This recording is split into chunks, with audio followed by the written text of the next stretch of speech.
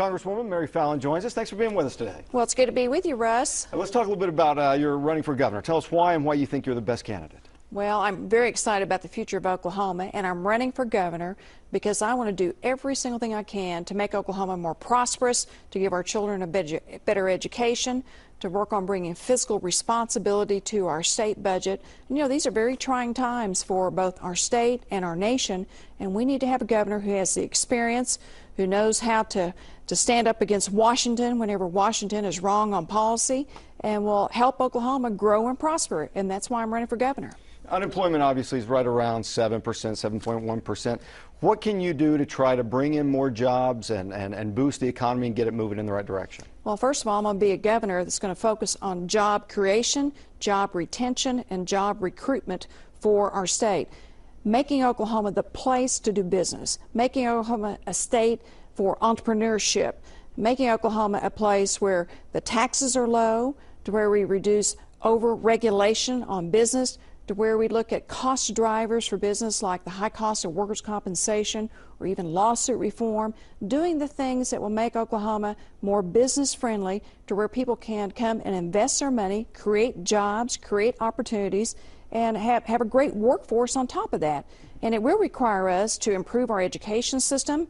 It'll require us to focus on building a stronger education system so we can have a stronger workforce, so we can build a stronger economy. And that's how we'll work with the unemployment in the state of Oklahoma and creating that better economy so we'll have more jobs and opportunities for Oklahomans. Let's talk a little bit about health care. A little more than 1 million people in our state don't have health care. What can you do to try to make health care more affordable and get more people covered?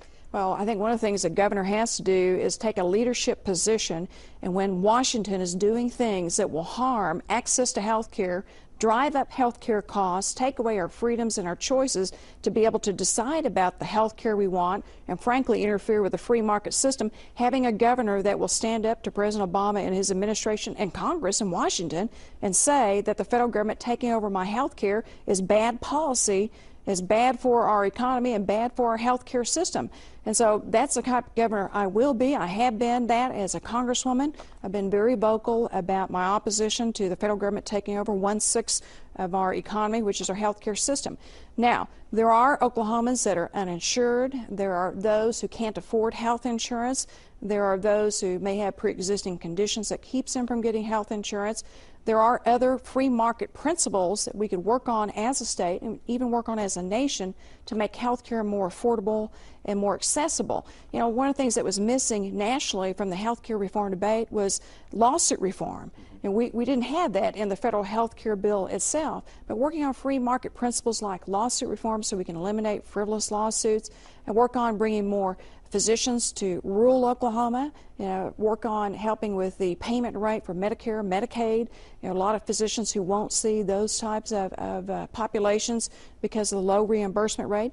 We have a great Insure Oklahoma program that's a public-private partnership with the individual that has lower-cost health insurance plans and also helps small businesses provide health insurance that might not be able to afford that. And, of course, just being a leader on healthier lifestyles. There's some great public-private partnerships with, like, Quick Trip that has some employee incentives for healthier lifestyles. Let's talk a little bit about education. Obviously, there's been a lot of hard work towards that over the last several years, but test scores have been pretty flat. Budgets have been cut. The staffing levels and the teachers have been cut.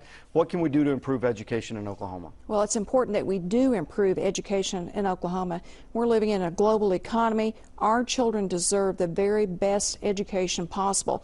There's a great saying that says, the first through the third grade, a child learns how to read, but the fourth grade on, they read to learn. And if our children can't read at grade appropriate level, if they can't do their math skills at grade appropriate level, they can't learn as they move through in school. And so I'm going to be a governor that's going to insist on high standards, insist on quality teachers. We also know that a child's success in school also is dependent upon the quality of the teachers. So Oklahoma enacted some pay for performance for quality teachers, and I'm going to make sure we have the very best teachers in Oklahoma, that we have standards, that we have accountability, we have local control, and get money to the classroom.